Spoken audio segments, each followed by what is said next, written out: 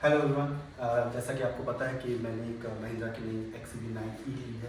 तो जैसे ही मैंने इसकी पहली वीडियो अपलोड की, सबसे ज़्यादा क्वेश्चंस थे इसके चार्जर के बारे में। चार्जर कैसे लगता है, घर पे क्या चेंज करवाना पड़ता है, वायर कितनी लंबी होती है, कितनी कॉस्ट जाती है, बग वगैरह वगैरह। तो मैं चाहूँगा इस वीडियो में मैं वो सारे क्वेश्चंस एड्रेस करूँ वन बाय वन। सबसे पहले महिंद्रा आपको ये कोई सुंदर सा चार्जर प्रोवाइड करती है। ये चार्जर 11.2 किलोवाट का है। इसमें दो वेरिएंट है, एक 7 किलोवाट, एक 11.2 किलोवाट। सबसे पहले दोनों में फ़र्क क्या है?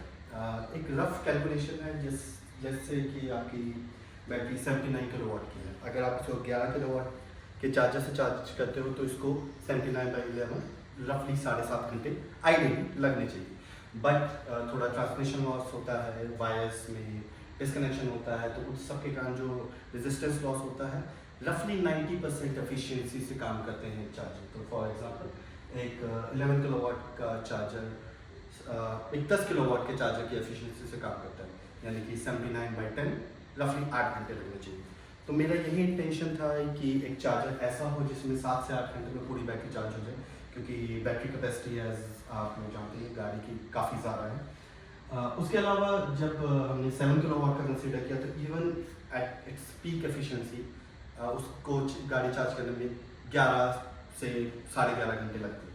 तो मुझे लगा कि अगर मुझे सडनली एक रात को वापस आके सुबह गाड़ी पूरी चार्ज करके निकलनी है, वो मेरे लिए अप्रोप्रिएट नहीं रहता। तो इसलिए मैंने चूज़ किया कि मैं जो महिंद्रा हाईएस्ट ऑफर कर रही है 11 किलोवाट का चार्जर, वही यूज़ करूँ। अब दूसरा क्वेश्चन ये कि ये चार्जर महिंद्रा का ही क्यों? यस, ग्लोबली मार्केट में बहुत सारे चार्जर अवेलेबल हैं। 11 किलोवाट का नॉर्मल चार्जर रफली 35 से 40 हज़ार में आ जाता है। But as EV is a new budding technology, हर चीज़ क्लियर नहीं है। तो और महिंद्रा वाले अपनी बैटरी की लाइफ टाइम वारंटी दे रहे हैं, तो मैं कुछ उससे ट्वीक नहीं करना चाह रहा था। मैं चाह रहा था कि मैं एक स्टेबल अप्रोच लूँ। तो महिंद्रा जो चार्जर ऑफर कर दिया वही मैं चूज़ करता हूँ। एज फॉर द कॉस्ट, जो महिंद्रा का 7 किलोवाट का चार्जर है उसका ऑफिशियल प्राइस है 50,000 रुपीज़, एंड जो 11 किलोवाट का चार्जर है उसकी प्राइस है 75,000 रुपीज़। अब इस चार्जर को लगाने में इनिशियली मैंने घर पे क्या चला, तो जब भी आप अपना इलेक्ट्रिसिटी बिल देखेंगे उसमें आपको एक पर्टिकुलर फील्ड मिलेगी called sanction load. Sanction load वो लोड है जो आप अपने घर में मैक्सिमम एक बार में यूज़ कर सकते हैं। जैसे कि आपके पास 3 से 4 AC हैं, तो आपका सैंक्शन लोड 6 से 7 किलोवाट का होना चाहिए। इस पर्टिकुलर घर में हमारा सैंक्शन लोड 6 किलोवाट का था, मेरा चार्जर 11 किलोवाट का है। You know the mathing at this point. तो सबसे पहले जो हमें स्टेप लेना था वो था वो सैंक्शन लोड 6 किलोवाट से चेंज करके इसको भी अकोमोडेट किया जाए। तो क्या मैं सैंक्शन लोड 12 किलोवाट कर सकता था? नहीं। अगर मैं इसको चार्ज करूँगा, उसके साथ मुझे और भी अपनी इलेक्ट्रॉनिक्स फ्रिज या टीवी या वॉशिंग मशीन या फिर AC यूज़ करना है, तो वो एडिशनल सैंक्शन चार्ज करेंगे एंड MSEB उस चीज़ की पेनल्टी लगाता है। तो उस चीज़ को अवॉइड करने के लिए मैंने अपना सैंक्शन लोड जो मैं करंट 6 किलोवाट का है प्लस इसका 11 पकड़ के रफली 18 किलोवाट का सैंक्शन लोड चेंज कराया है। कैसे कराया है? ऑफिशियली तरीका बहुत स्ट्रेट फॉरवर्ड है। आपको MSEB में एक एप्लीकेशन देनी है, उसके बाद एक ऑथराइज्ड वेंडर से टेस्टिंग रिपोर्ट देनी है, एंड दैट्स इट। मतलब उसके बाद वो आपका सैंक्शन लोड चेंज करते हैं, वो चेक करते हैं कि आपकी केबल जो घर पे आई है क्या वो चेंज करने की रिक्वायरमेंट होगी। बट जैसा कि आप जानते हैं ये MSEB है, तो स्ट्रेट फॉरवर्ड कुछ नहीं हुआ। मुझे कॉन्ट्रैक्टर को बीच में इन्वॉल्व करना पड़ा, एंड ओवरऑल उन कॉन्ट्रैक्टर को लगभग 20,000 रुपये पे करके मैंने अपना सैंक्शन लोड 6 किलोवाट से 20 किलोवाट 18 किलोवाट चेंज कराया। इसमें उनके टेस्टिंग, उनकी लोड टेस्टिंग वगैरह इंक्लूडेड थी, उनके सारे फैसिलिटेशन चार्जेस, ऑफिशियल अनऑफिशियल सब कुछ इंक्लूडेड थे। एक एडिशनल 8,000 सिक्योरिटी भी डिपॉजिट करनी पड़ी जो सैंक्शन लोड मैंने चेंज कराया। वो तो गवर्नमेंट फीस है, तो उसमें इतनी कोई बड़ी बात नहीं। एंड ये सब कराने के बाद जब महिंद्रा वाले मेरे घर पे आए तो उन्होंने बताया कि उनकी एक एडिशनल रिक्वायरमेंट है ये DB बॉक्स बैठाने के लिए। ये क्या है मैं आपको थोड़ी देर में बताता हूँ। ये DB बॉक्स बैठाने के लिए उनको पीछे से MCB चाहिए जो आपके मीटर से कनेक्शन लेती हो। बीच में एक 10 स्क्वायर mm की वायर चाहिए आपके मीटर से लेके MCB तक की, और वो वायर डलवा के आप अपना MCB जब सेटअप करा देते हो उस MCB से लेके इस पॉइंट तक ये सारी रिस्पॉन्सिबिलिटी 100% महिंद्रा की है। They allow 15 metre of free wire and मेरे घर में भी ऑलमोस्ट उतना यूज़ हो गया था after some minor stage and everything. अब ये डीबी बॉक्स क्या है? इस डीबी बॉक्स में आई होप कैमरा में विजिबल हो, इस डीबी बॉक्स में मेनली दो चीज़ें हैं। एक ये अडाप्टर जो कि पोर्टेबल चार्जर के लिए है और एक ये एमसीबी जो इस चार्जर के लिए है। अब इस चार्जर को कैसे यूज़ करना है वो भी हम आगे वाले स्टेप में देखेंगे कि गाड़ी एक्चुअली पार्क करके चार्ज कैसे होती है। पोर्टेबल चार्जर इसमें सीधा प्लग करना है, ऑन करना है, उसमें लगाना है, ऑन करना है, दैट्स इट। वो चार्जर, ये वाला चार्जर 3.2 किलोवाट का है। इसमें अगर मुझे पूरी गाड़ी चार्ज करनी हो तो 27 से 28 घंटे लगते हैं। इनफैक्ट जब ये मेरा एक्चुअली मेरा चार्जर बॉक्स पूरा सेट नहीं हुआ था, मैंने इसे चार्ज किया था एंड रफली 26 घंटे लगे थे शायद 70 to 80% चार्ज होने में। ये वाला जो एमसीबी है ये इससे डायरेक्टली कनेक्टेड है। एक RFID प्रोवाइड की जाती है। I will show you that. Mahindra आपको एक RFID प्रोवाइड करता है। आई होप ऐसा ये RFID जब आप टैप करते हैं तभी ये चार्जर ऑन हो सकता है। चार्जर का प्रॉपर स्टेप बाय स्टेप जैसा कि मैंने बताया हम लोग आगे बात करेंगे। अब इस चार्जर की जो प्री कंडीशंस हैं कि आपने ये सेंट्रल लोड चेंज करवा लिया है, 18 किलोवाट करवा लिया, उसके बाद एक एमसीबी सेटअप होगी। एमसीबी 25 एम्पीयर की है। मीटर से एमसीबी का कनेक्शन 10 स्क्वायर mm की 4 वायर्स लगती हैं एंड उसके बाद से इंस्टॉलेशन का comes under the scope of Mahindra का ई चार्जिंग नाम से जो पार्किंग है। तो जैसा कि आप देख सकते हैं नीचे यहाँ पे जो ब्लॉक्स हैं, it was easy to remove for me. हमने एक अंडरग्राउंड वायरिंग इंस्टॉलेशन की, इट लुक्स क्लीनर दैट। अब अभी तक सो फार मेरी चार्जिंग स्पीड कितनी रही है? 3.2 किलोवाट पे जैसा मैंने बताया मुझे 25 से 26 घंटे लगे थे और 80% से मतलब 20% से 100% चार्ज करने में। ये अभी अपनी 100% एफिशिएंसी पे नहीं है। क्यों? इसको अपनी 100% एफिशिएंसी पे होने के लिए पीछे से 3 फेज सप्लाई मैंने देखी है जो कि मुझे लगा था कि मेरे घर पे है, बट MSEB बीइंग MSEB मेरे घर में जो 3 फेज सप्लाई है वो एक्चुअली जस्ट 2 फेज है जिसको 3 फेज कन्वर्ट करके यहाँ पे डाला हुआ है। तो जो दो इनको तीन आउट ऑफ फेज मिलने चाहिए, sorry 3 out of sync phase मिलने चाहिए। इस चार्जर बॉक्स को अभी वो नहीं मिल पा रहा, तो अभी ये चार्जर सिर्फ एक सिंगल वायर यानी कि एक सिंगल फेज पे चल रहा है एंड इसकी एफिशिएंसी अराउंड 4.5 किलोवाट है। तो इसको 70% चार्ज करने में 70% यानी कि 30 से 100% चार्ज करने में मुझे लगभग 18 आवर्स लगे थे। जब मैंने इसको अभी तक सबसे ज़्यादा मैक्सिमम एक ही में जो यूज़ किया है वो 18 आवर्स है। इसका जो RFID है that is also bit less responsive. I am not sure why, I don't understand that why. So यहाँ पे एक सिंबल दिया हुआ है लेकिन 2-3 बार हमें हमसे टैप करना पड़ता है, which kind of leaves the scope of improvement for anything further that happens in Mahindra, if you are listening. And now I'll show you exactly step by step why Mahindra charger.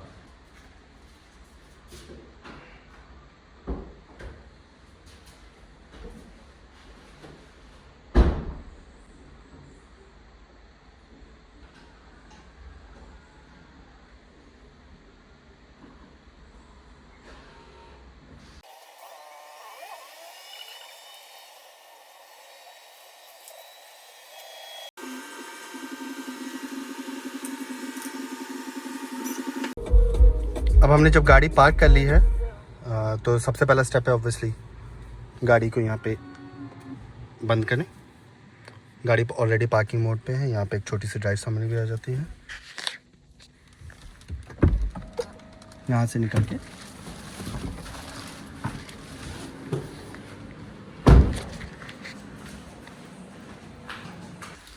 गाड़ी अभी unlock ही रखेंगे। सबसे पहले आप यहाँ का charger box खोलेंगे, इसको निकालेंगे एंड वहाँ से पीछे से MCB ऑन है फिलहाल, तो DB बॉक्स पे जाके MCB ऑन की ताकि ये चार्जर यहाँ से जस्ट ऑन हो जाए। ऑन होने के बाद चार्जिंग में निकाल के सिंपली यहाँ पे आप देख रहे हैं ये यहाँ पे करेंटली बैटरी इंडिकेटर दिखाता है कितना है। तो अभी गाड़ी रफली 92% चार्ज है, तो ऑलमोस्ट सारी लाइट्स ऑन है। इसके बाद गाड़ी आपको लॉक करनी है। गाड़ी लॉक करने के बाद एज आप यहाँ पे देख रहे हैं कि यहाँ पे लाइट हल्के से ब्लिंक कर रही है, which means the car is ready to be charge. At this point, the car is not charging, and then you take this card and just tap it here.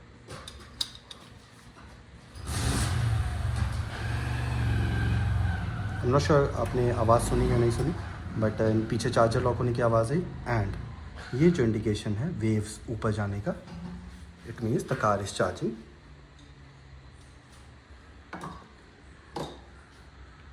And as you can see, the red symbol says the car is not charging. Why? Let's see. गाड़ी मैंने unlock की है फिर से.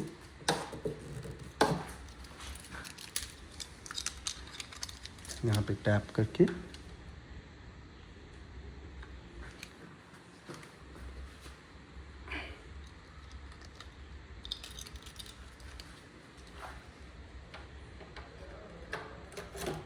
जैसे कि मैंने बोला कि कई बार मुझे एक या दो बार करना पड़ता है.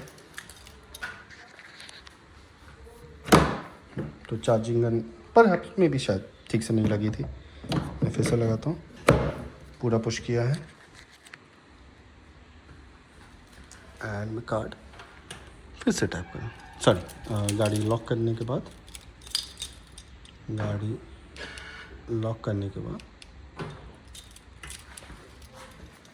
now you can see green indicator says the car is charging. अभी जब हम गाड़ी के अंदर जाएंगे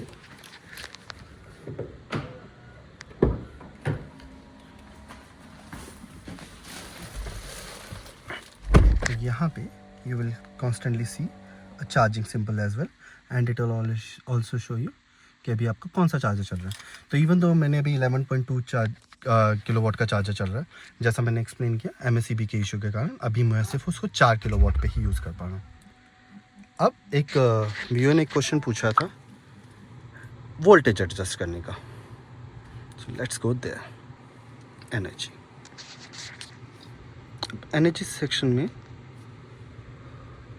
यहाँ पे 3 ऑप्शन हैं, चार्ज करंट, लो, मिड और हाई. जब आपके पास कोई आपको लग रहा है कि आपके चार्जर में कोई इंस्टेबिलिटी चल रही है, या फिर फॉर एग्जांपल आपने सैंक्शन लोड अपना नहीं बढ़वाया है बट आपने फिर भी चार्जर लगवा रखा है, तो आप इसको लो पे सेलेक्ट कर सकते हैं ताकि आपका थ्रोपुट कम से कम रहे.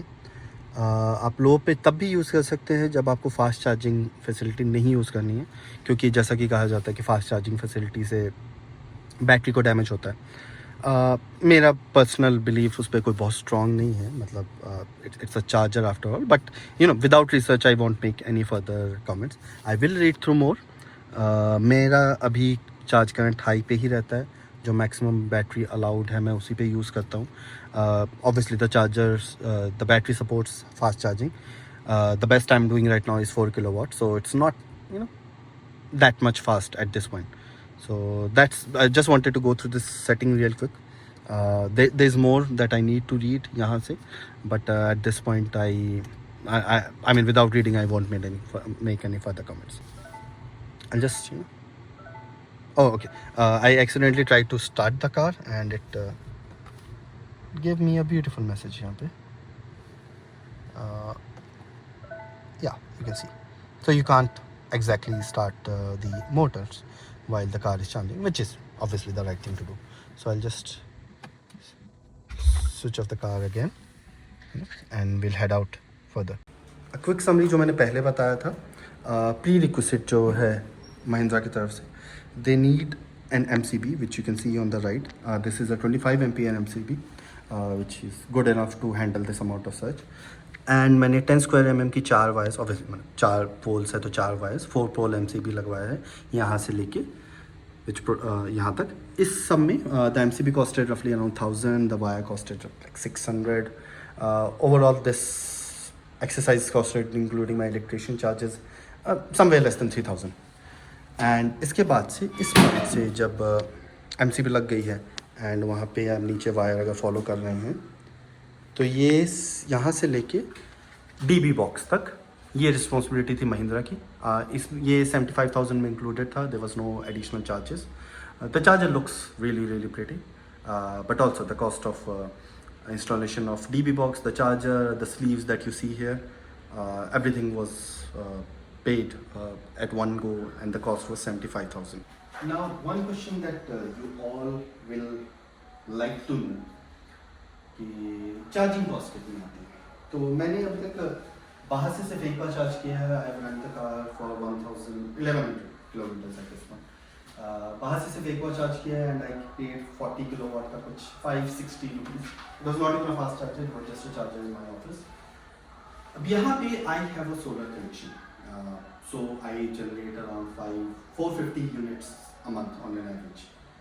My regular usage is around 250 units in month of summers. It goes up as high as 400, but on an average my consumption is around 200 units. एक बार इस कार को चार्ज करने में आइडियली मुझे 90 यूनिट्स स्पेंड होंगे, वो कि 0 से 100.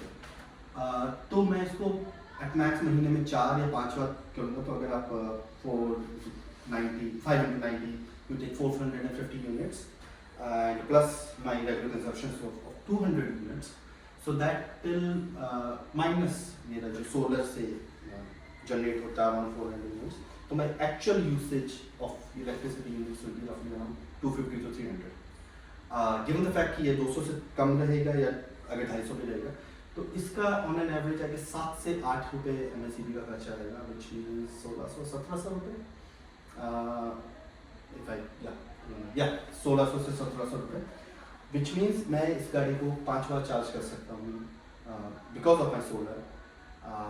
5 बार चार्ज करने में ये गाड़ी ऑलमोस्ट 2500 किलोमीटर चलेगी एंड आई पे for that less than 2000 in a good month, which is effectively free. It's less than 1 rupee per kilometer. And अगर सोलर नहीं भी होता तो unit consumption will be around 5 to 7. आप एक नया कनेक्शन भी रिक्वेस्ट कर सकते हो MSCB से ताकि आपकी कॉस्टिंग कम रहे. But give the fact that I have a solar, I don't have any requirement of that. I don't have any need of that at this point. जब मेरा फर्स्ट बिल आएगा सोलर का, ये गाड़ी इस बार 2 बार ऑलमोस्ट 70-80% चार्ज हो चुकी है सो फार इन 1100 kilometres. And when I receive the first bill, मैं बताऊंगा कि इतना मेरा टोटल बिल आया, जनरेशन हुआ, इतना कंजप्शन हुआ, एवरेज से कितना डेविएशन होता है वो भी will try to calculate. And talking about the charger, I think I have covered nearly everything. If you feel कि कोई भी टॉपिक मिसिंग है, just add in the comments.